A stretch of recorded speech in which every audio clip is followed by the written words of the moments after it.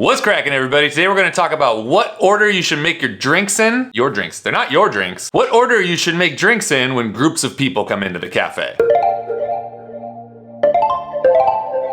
People love to get coffee together. It's a beautiful thing. It's something fun that you can do with your friend. You can say, hey, you wanna go get coffee? Yeah, let's go and get coffee. Here's a rule that you can use to make those coffee experiences as buttery as possible. When a group of people come into the cafe to have coffee together, you wanna serve those beverages largest to smallest. For example, if I came into the cafe with Jared and I ordered an espresso and he ordered a cappuccino, you would wanna make the cappuccino first, serve that to him, and then make the espresso second and serve that to me. So why exactly is that? Well, part of the fun of having coffee together is the experience of actually drinking coffee together. If you flip the service around and serve the espresso first and then the cappuccino, what's going to happen is I'm gonna get my espresso, I'm gonna drink it, a couple minutes later, his cappuccino is gonna come out, and all of a sudden, he's drinking coffee by himself. We're not having that epic moment of brotherhood and connection that we both crave. I'm trying to enjoy coffee with my friend, not watch my friend enjoy coffee.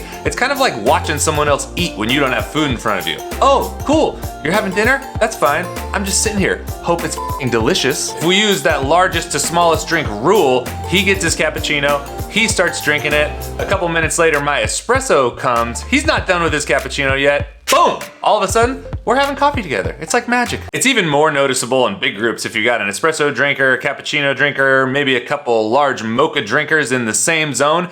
Get those big mochas out first. Those people aren't gonna pound those things right away, or at least they're not gonna pound them as fast as an espresso drinker will drink an espresso. It's a scale thing. There's volumes involved here. You know what I'm saying? Espresso's tiny, it's little. Now, as a general rule for single person service, if you come to the cafe by yourselves, I'll flip it around and go smallest to largest. And this is to allow that person to enjoy one beverage in its entirety without being distracted by something else. So let's say I go into the cafe and order an espresso and a cappuccino. If I get my espresso first, I can enjoy the espresso, really think about it, just vibe with it, you know, have that ethereal espresso moment, and then I'm finished with it, my cappuccino comes, and I can enjoy that in its entirety. If the cappuccino comes first, I start to drink the cappuccino, then the espresso comes, I'm not finished, I'm juggling two beverages, children start to cry, dogs start to bark, and then smoke starts coming out of my ears. It's really bad. I just don't know which sip to take next. Cup A, cup B, espresso, cappuccino, what's up? Am I getting the most prime time experience? I don't know. Of course, if you know your guest's personal preference, that overrides any rule ever. Paying attention to drink service order is one of those little detail things that'll take your service from really good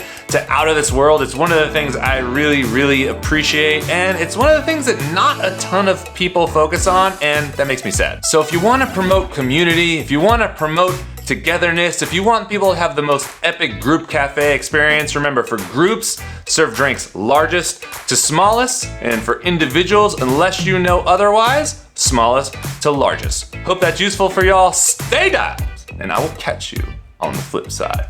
Peace. Does that work?